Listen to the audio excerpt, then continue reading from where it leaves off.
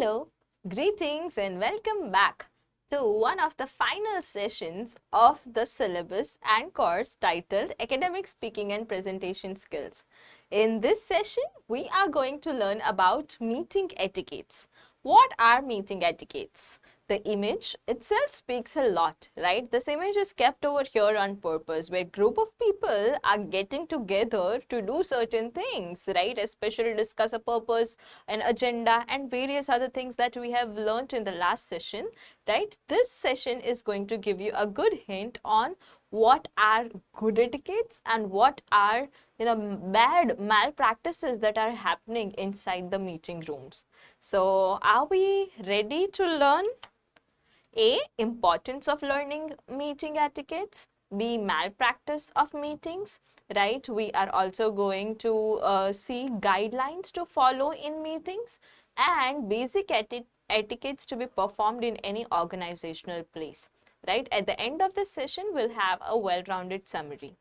So, without wasting further time, I would like start with the idea of malpractices in meetings. Malpractice in meeting can be understood as things which are not supposed to do in the meeting etiquettes, meeting behavioral patterns, and most of the time it happens that people, though set in a professional environment, they forget the rules, norms, regulations to be followed in an organization. And those are the malpractices of meetings which are wrongly done, where this behavioral patterns turn to be negative. So, therefore, malpractices, wrongdoings in a meeting that can take various forms, including unethical behavior, dishonest means of performing a meeting, or unprofessional behavior that undermine the integrity and effectiveness of the discussion. Some common malpractices are, as mentioned on the screen. The very first is lack of transparency. Now we all know that there is, meeting agenda that is to be set before calling up a meeting. But many times it happens that while an authority is calling a meeting, they do not very clearly set the agenda, or even while they are discussing, they would give out their personal examples, their life habit, their means perceptions of certain ideology, their thinking. So, in short, perpetuation of inconsistent, again, non-validated data that is there being discussed in the meeting. So these is called as lack of transparency. We are not, clearly told of why is the need of whatever is being discussed. Whatever is being discussed is whether relevant and irrelevant towards the agenda. So this is called as lack of transparency. It leaves the audience into questioning what is exactly happening. So it leaves the meeting attendees to be more in a confused state. Okay.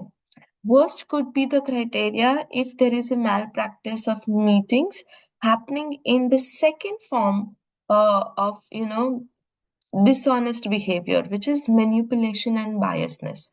In a meeting, the whole meeting is addressed, putting up somebody into the framework, purposely trying to manipulate the data that is there, giving out halfly correct information when the whole information is, let's so to say, take an example of uh, the project that we have undertaken is suffering, and everyone in the meeting who is associated to the project are requested to please take this, it's a high priority, and perform the task.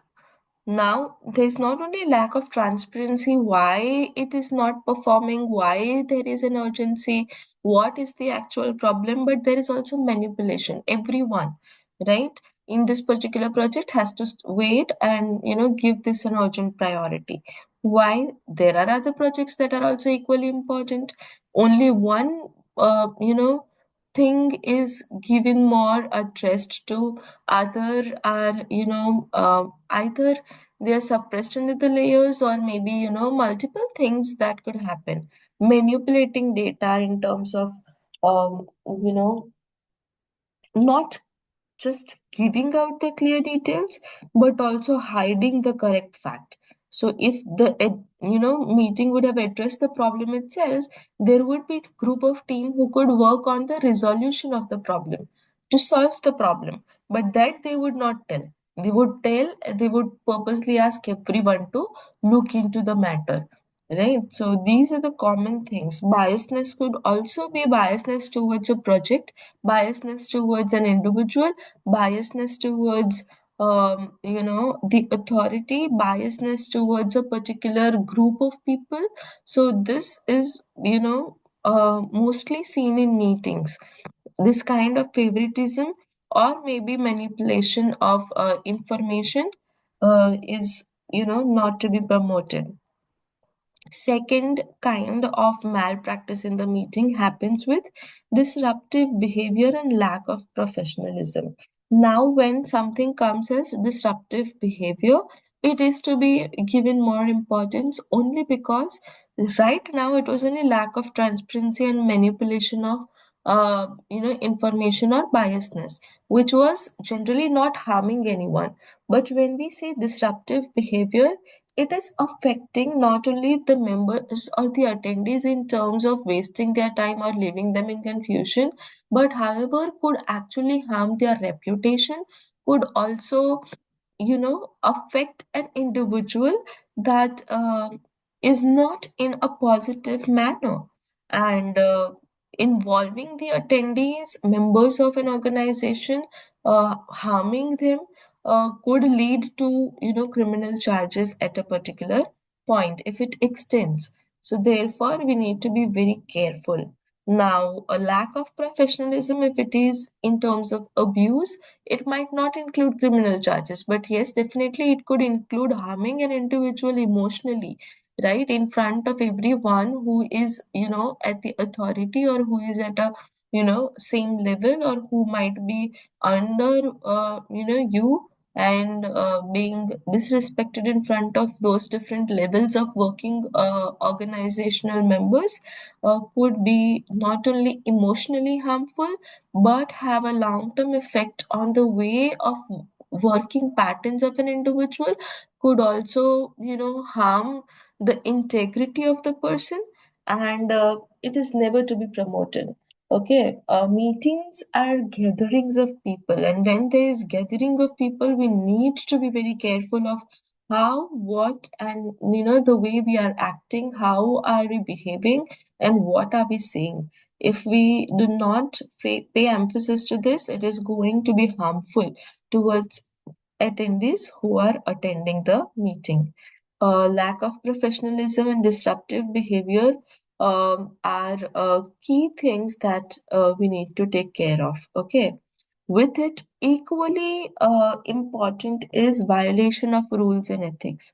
Violation of rules and ethics is generally it is to be understood that when it comes to violation of rules and ethics, rules definitely no company organization would be promoting, hurling of abuses, but also no community or organization or company would also be promoting unethical behaviors, right? So in a meeting openly threatening someone, in a meeting, trying to pursue you towards the wrongdoing of certain things,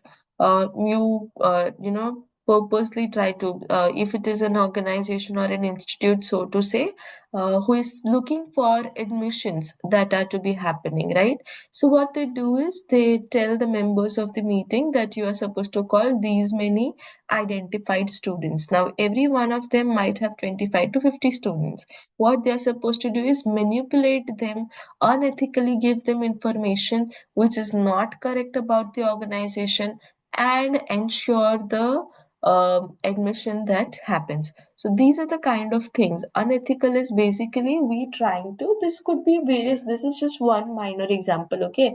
Unethical behavior in a meeting could lead to multiple things, and violation of rules could not only be hurling of abuses like disruptive behavior, but it could also be, hitting somebody. And these are the actual meeting scenarios, okay? The individual, they would say that because they could not answer on the valid grounds, or maybe something has been hurt, their ego is pampered or instigated, what they would do is they would give out open threats such as meet me outside of the office and I'll show you, right? This kind of behavior, it's called as open threatening. And it's not just limited to the threatening. Violation could also be a violation of somebody's physical security, trying to hold collars of each other, purposely trying to record somebody on the wrong grounds, only show a limit of certain things. These are all the criminal things that we are talking about.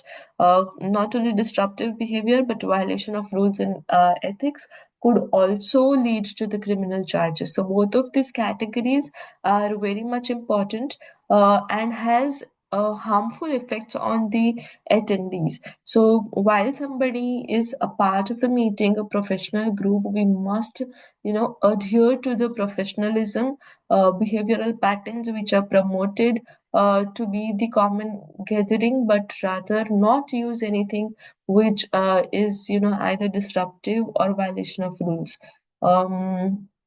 Next, we move to lack of accountability. Okay. Now, lack of accountability is also, one of the key feature. It will not be harmful to, attendees of the meeting, but it could lay a huge harm towards the organization who is keeping trust. So when you are put in charge of certain things, when information is given, when you are expected to perform, behave, answer, right? One needs to be responsible, give out responses where and when needed, and be accountable of their own behavior and their actions. So if you are going to be the one who are going to push the boundaries towards the negatives of disruptive behavior or violation of rules and ethics, you have to be accountable to hold up the charges, and at the same point of time be ready to have the repercussions of it. So therefore, accountability is basically taking accounts of all the actions, the abilities that you have, be it positive, or you might have missed the negative ones. So this is lack of accountability, again a major malpractice that happens in the meeting. And lastly comes the conflict of interest. Now, whenever there is a conflict of interest, that is, I want something else and somebody else in the meeting wants something else, my thinking patterns do not match with everyone in the meeting. So, what would I do? I'll purposely try to, digress the meeting address. I would try to, some way or the other, put everyone out of the line to think the way I think, right? Or maybe I start to propose only negative things based because whoever is addressing the meeting is not fulfilling my interest area. So trying to give out negative tendencies, negative behavior because of my conflict of interest. This is where we need to understand an individual.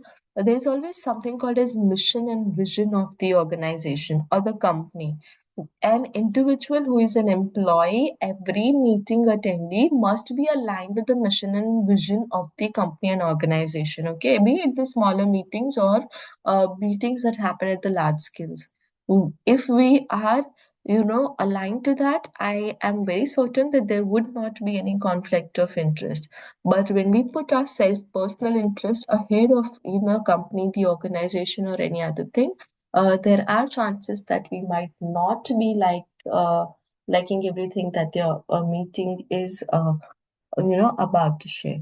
So therefore, when we are, gathering formally, we must be very careful of this common. There could be n number of more, malpractices that are happening, but these are commonly identified six, behavioral patterns, the malpractices or, attitudes that the attendee of these formal gatherings do.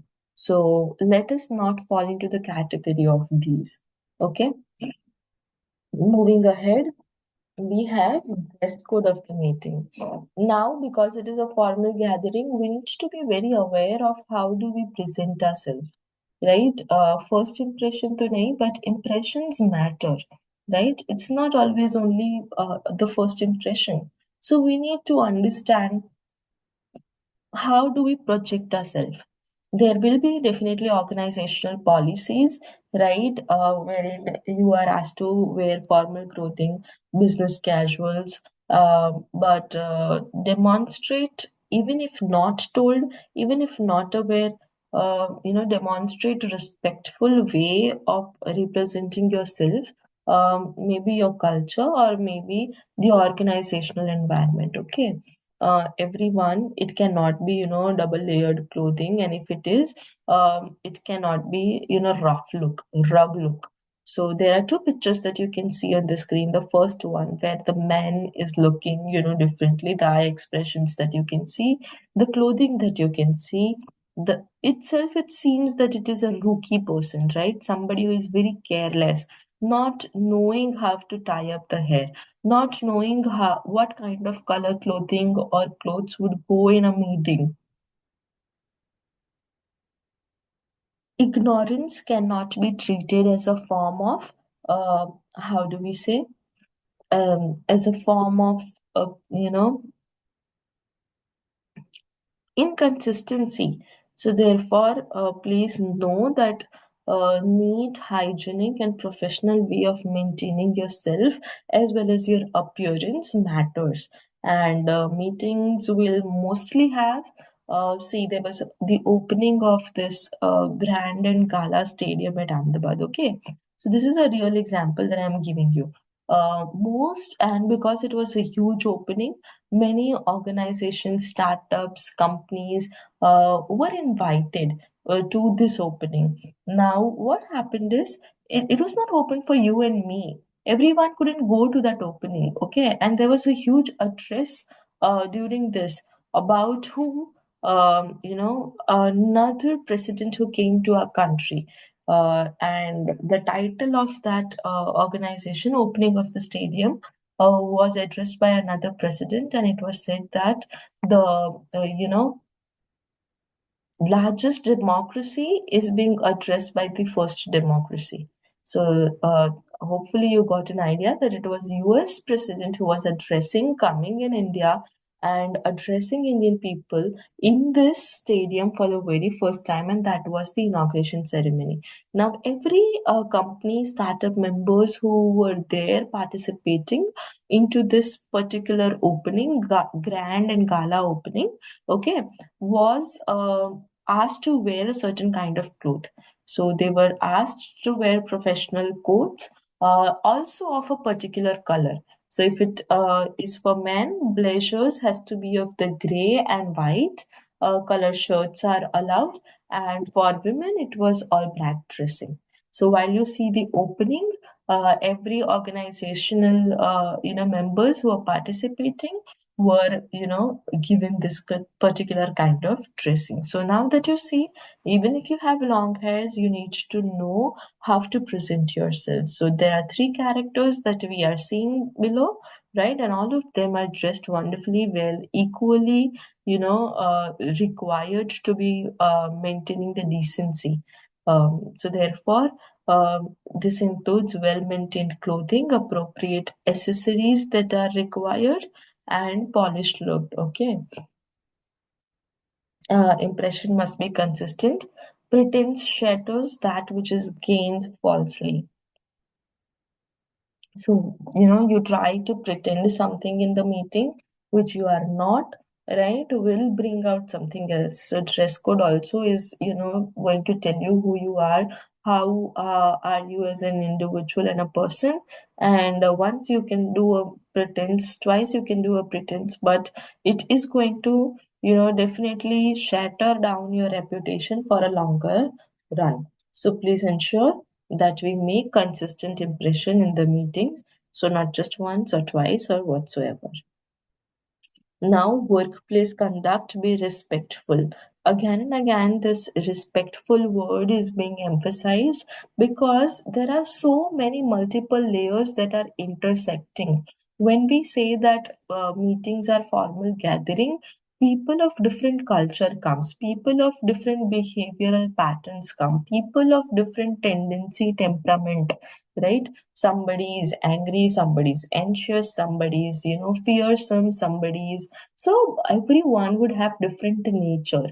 Everyone must be coming from different, shortcomings of family and, conditioning of how they are living their personal life. So everything would be intersecting at one particular point, and therefore it is very necessary to pay attention to the words, vocabularies, the address that we make in the meeting. Okay, there has to be cultural sensitivity, and there has to definitely be appropriate behavior.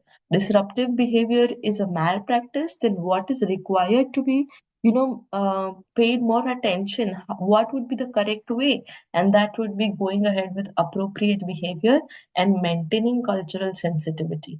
Okay, show respect towards the colleagues from different cultural backgrounds. Be mindful of communication styles and avoid making assumption. So suppose, do not please suppose anything based on anyone's religion, caste, class, gender, right? Culture is not only culture in terms of religion or culture in terms of your nationality. Culture is basically including everything, right? And we need to be very sensitive towards what we speak. So therefore, cultural sensitivity is to be kept in mind while addressing the meeting or even being the member of the meeting. Okay, every member is to be participating.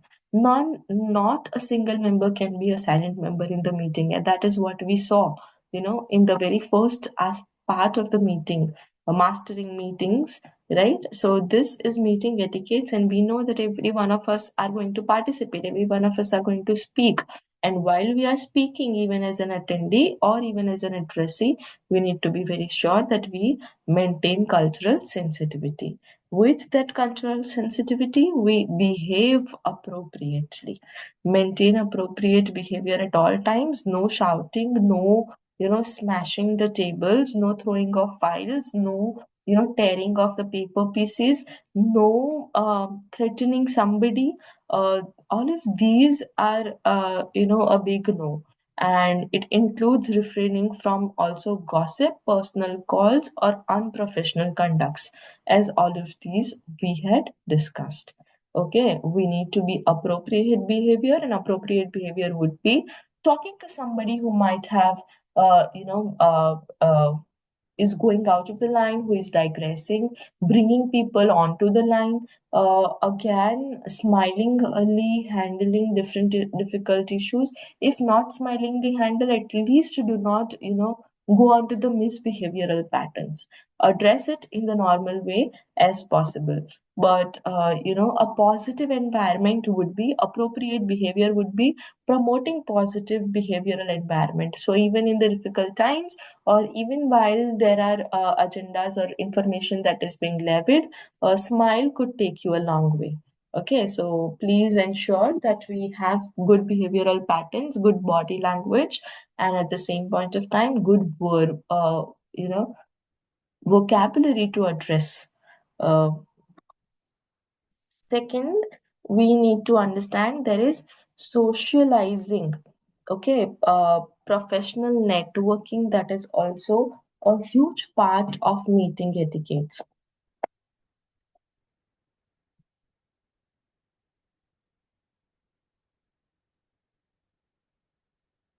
When we talk about socializing or, maintaining this professional networking, We need to understand, while meetings are addressed, different level of meetings come, right? We have seen different types of meeting that are addressed. There are certain meetings that would happen only with certain level of people. There are only a group of members who are invited into the meetings. And it would be possible that there are certain meetings which are addressed at a larger scale, where every working employee or the members are being addressed together. Okay, there could be a chance and a possibility that external members are also invited who are not part of your organization but are specially brought so that they can train you or either guide you or address something or resolve something that we as a member of the organization have failed to do so. So socializing is a key factor over here underlining. When we talk about meeting etiquettes, we need to understand the sole purpose of this gathering. Everyone can get the same information via mail. Everyone could be asked to do certain task via a letter or a notice, or in different forms. A peon can come and address you to do the work that is required to be done. Why is there a need to gather?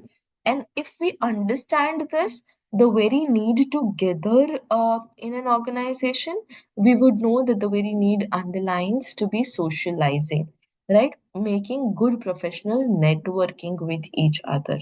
So, networking professionally is, having a professional approach at the very first. We need to understand, we need to see how things go. How, while we are meeting into a meeting background of an organization, we need to see each other into eye. We need to know different people from different section. We need to interact with these people. We need to give our ideas, represent ourselves as a part of a group, or a team, and all of these matters. So neither the full focus should be on you, neither the full focus should be on the external party. It has to be a good connections that we built, a bridge that we built between ourselves and the others. That is called as socializing. Networking professionally, how do we hold professional approach to socialize? Okay, to network professionally, focus on building relationships, exchange valuable information. Now, anyways, we have seen that the malpractice is basically gossiping also, right? So while we are meeting certain people for a certain period of time, there are high chances that we, being strangers, we would be more easy to open up ourselves. Why? Because we would not be saying the same things about our team members in our own group, and I'm frustrated. What I do is I go to the other team members and I say that, this team is generally, I'm, tired of the working patterns over here, this, that. These are the common examples. So while we are exchanging information, please see that we do not overshare, or neither we show an attitude to not share anything at all.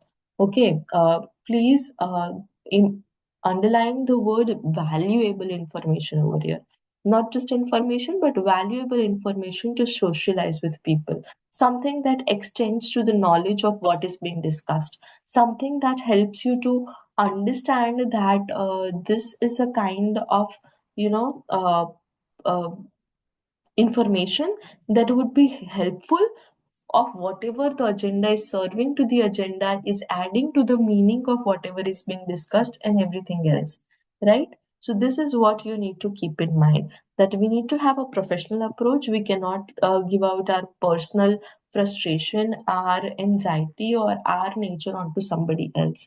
Okay, first is that, and then it is not only valuable information but appropriate conversation. You yourself might not be promoting this, then also do not be a good listener when somebody is trying to instigate. When it is building up of a conversation, it's not just sharing of information. Okay, you are participating into a talk, and if somebody else starts a negative thing, it is into your hand to not promote it, neither to listen it. And you can definitely say in a very respectful manner that I don't know how is this relatable to the meeting agenda. So can we talk about this instead?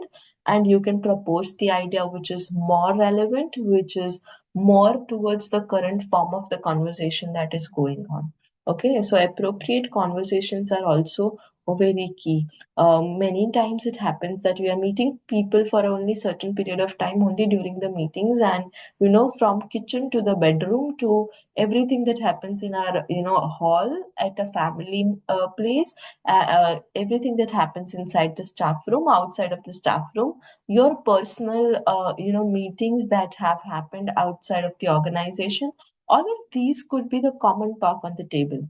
So instead of listening to the addressee, we might be engaged into our own personal small little talks that happen. And because everyone is supposed to speak, let's speak anything and everything, right? So this cannot be the attitude. Appropriate conversation is also a key to socializing and building up a professional network. So engage in conversations that are relevant to your field of the event that the meeting is being addressed, and avoid inappropriate topics or gossips. Okay, so this is also the key of socializing professionally.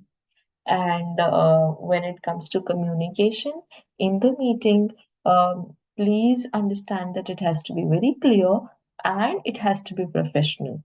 Right? Again, now and again, I'm saying the word professional in the you know meeting etiquettes from the very beginning of this malpractice, professionalism, and unprofessionalism that is built by individual. So it is about formal behavior and informal way of functioning.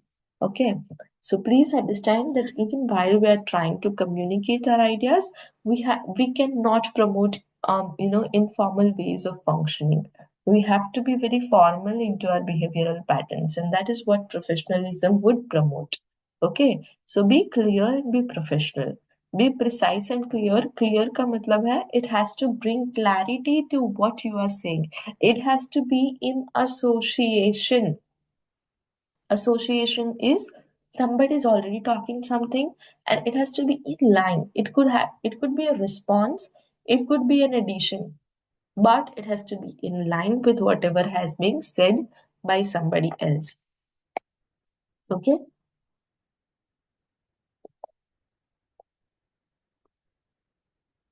At the same point of time, while we are seeing that it has to bring clarity and it has to be in association, at the same point of time it cannot be repetition. So somebody has said something and I repeat the same thing. It shows that you are not only not attentive, but it also derogates the reputation of you as an person. So therefore what we can do is we can put it in short. We can just start from the crux of what somebody has said. We can just saying that whatever the person has addressed. So if I were you, what I would do in a meeting, right? I would start my conversation with, thank you for letting me share my point of view on the topic of so and so the meeting agenda, right? I align my thoughts with one who is, who has already shared the words, such as Mr. So and so, and looking into the same thing, I wanted to say that this is how things can be considered if we look this perspective of the context. So this was just an example. You can directly name the person, you can address the team members that they have done, you can address to whatever they have said, and you can take your talk ahead. Avoid personal talk or examples to validate unnecessarily. Okay. And this is again, there are kind of a meeting, authority who would call up the meetings and would go on nagging and nagging about what are their thoughts, what do they believe in personally, what are their personal experiences of something, and would only with those examples the whole meeting say it's running around the bush. Okay, and which is clearly a big no. We need to be precise, we need to bring clarity. We are not there to, increase the confusion of the members who are part of this meeting. So ensure what are we going to talk, how are we going to talk, and Do not validate unnecessarily where not required. Make eye contacts and communicate with the members in the meeting. So while we are talking, we cannot be just looking into the notes that we have made. Read it without making any sense of it, or without making an eye contact with the people who are supposed to be major contributing factors of those whatever you are saying. So make an eye contact while you are reading from the notes. Make an eye contact while you are talking. Make an eye contact with the authority without having any fear. Okay, and that is how you turn out to be more professional in terms of communicating your thoughts and ideas. And definitely when you make an eye contact, you will know that the other person is understanding or not understanding whatever you are trying to say, and that brings more clarity towards the talk. So therefore, be very careful of even making an eye contact. Second says, be careful of your paralanguage and body and postures. Okay, in a meeting, putting one leg onto the other, leaning on the chair, going down, bending towards the desk. You know how classroom behavior and etiquettes are, right? Completely leaning on the bench, putting one hand on your, cheek and lying down all your body weight onto your elbow. And these are common body postures which are commonly found, right? So we need to be very careful, behave like an adult. Do not slouch or frown, right? Body posture we have already seen in meetings, presentations, and various other platforms of group discussions and interview. So please understand that which are the appropriate body postures that are required, right? Your spine has to be correct. Your shoulders has to be broad. It cannot be hinting low spirit, right? And definitely cannot hint fatigue, tiredness, or disinterest in anything that is being said. So communicating is not only communication through words, but also communicating non-verbally of how you sit, of how you want to behave, right? All of these are also a part of meeting etiquettes. So your body gestures, your body postures while somebody is trying to say something, holding up a middle finger would not, whether you get along or not get along, it is called as unprofessional behavior. It is called as abuse. So please be very careful of the postures, of the gestures, of trying to mimic, fun, copy, and all of those kind of things would not be called as professional. Communicate properly and not in an unprofessional way. Okay, again, paralanguage. Paralanguage is, taunting, hinting, sarcasm, use of sarcasm in the meeting. So I hope that everyone is getting it. Who wouldn't, right? So this could, if these are the kind of the answers, if these are the attitudes, huh, and every time that somebody saying, now that is basically getting along, or that is, trying to tease somebody, or trying to do, what unethical. I did not use any abuses. I did not say anything. I was just saying, it is you who took it wrong, right? And then we put it on others. So please ensure that these are the childish things to do, act in the meetings, right? It cannot be the classroom, behavior that we have as a kid in college and graduation. Okay, so be careful of your paralanguage. Again, threatening, showing off an attitude, not meaning what you say, purposely saying it in sarcasm. A lot of things play a role over here. So ensure that communication is clear, precise, but professional, with good body language, postures, and at the same point of time, an apt paralanguage that is required. Either keep it very smooth and simple, or keep it more interesting, as per the topic that is being discussed, as per the agenda that is being discussed. Okay, but please ensure that we do not fall into the negative tendencies of paralanguage or body postures as well. Next is avoid engaging in any kind of verbal conflicts. Okay, everything wrong that happens in the meeting starts with verbal conflict.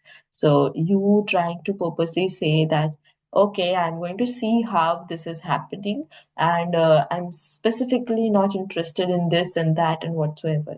So the moment you try your disinterest, digress, you show your opposite ideas verbally, people are going to take it personally, and there are going to be people who are upfront. There are going to be people who are, very open in their communication, and you might, if you engage into and verbal debate as such, it is going to be a huge no. Okay, be considerate, courteous, and respectful to all members of the meeting. Okay, that is a basic consideration of the meeting. We greet people. We, before starting, good morning, thank you. That is called as gratitude, right? So, respecting in terms of not just greeting and being gratitude, but also, as we said, cultural sensitivity. We talk people eye to eye. We respect them by, giving them the position of someone who knows certain things, and we do not go very vague in our conversation, be disrespectful in our tonality and everything else, right? So we have to be courteous, considerate, as well as respectful to every attendee of the meeting, whether we like them, do not like them, get along or do not get along. Meetings are a formal gathering, and we must act as a formal individual, right? Professional individual. So that is how communication also plays an important role over here.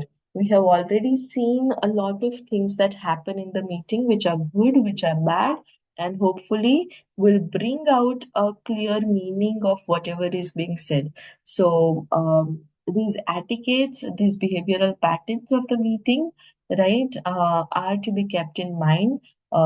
It's just not only the action agenda that happens in the meeting, okay? There is more to it. And when we say that there's more to it, please ensure that, we follow all of these etiquettes and behavioral patterns, okay? Uh, be different meetings, with different meetings, we take different behavioral patterns into consideration. So, accordingly, act and behave.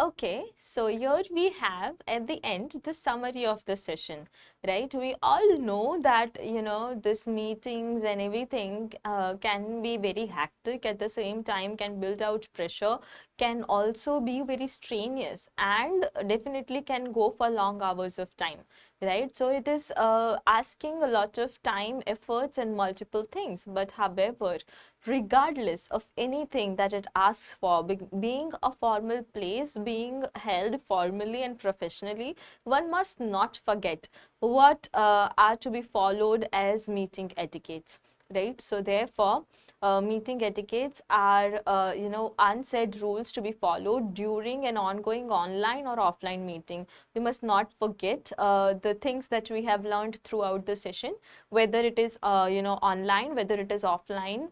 We have to be decent enough to, take care of certain unsaid rules. Unsaid rules is because, they have not been anywhere written or documented, but however, it is very human to be, expected to be follow certain rules and regulations within a workplace or formal environment. So therefore, even in online meetings, even in offline meetings, we are expected to follow this, rules and regulations. Following mannerisms in meeting is time saving, and it makes the procedure of the meeting smooth. Yes, definitely, right? There's not much, but however, if we follow these do's and don'ts, if we go through this, if when we have seen that these are the kinds of malpractices, if we avoid all of those, right? And when we have seen that these are the good tricks and techniques to be used in a meeting, if we do and if we enunciate all of it, it is important for us only to know and identify that, our time will be saved. It is our efforts that will go not in vain, and definitely the process of the whole meeting, the agenda because of which the whole meeting is organized, will be more smooth. So therefore, we must follow the mannerisms that are required. Again, one must always practice the organizational ethics followed in a meeting room to have effective outcome desired. So if we want an effective outcome of the meeting, yes, definitely it is in the hands of even the attendees to get the desired outcome, because meetings are held to address the attendees, right, to have and go through the protocols, or maybe ask for certain action to be taken. So therefore it is you as an audience who will take care of certain things, be it a role of a meeting holder or be it the role of the attendee. You have to be very careful of the rules and regulations to be followed into the meeting room. So thank you so much for holding your patience throughout not only this session, now I might say that holding your patience throughout the whole course of academic speaking and presentation skills. I hope that the points that we have covered, the units that we have covered in this particular syllabus has helped you a lot to improve and to go ahead. So therefore a big thank you to all of you, and hoping that your learning takes you to the high road, right? uh, Please follow all the rules and guidelines of this online course. Complete your assessment and the quiz that is required, and feel free to reach out Ms. Pranjal Bhatt at Charles at University. Thank you.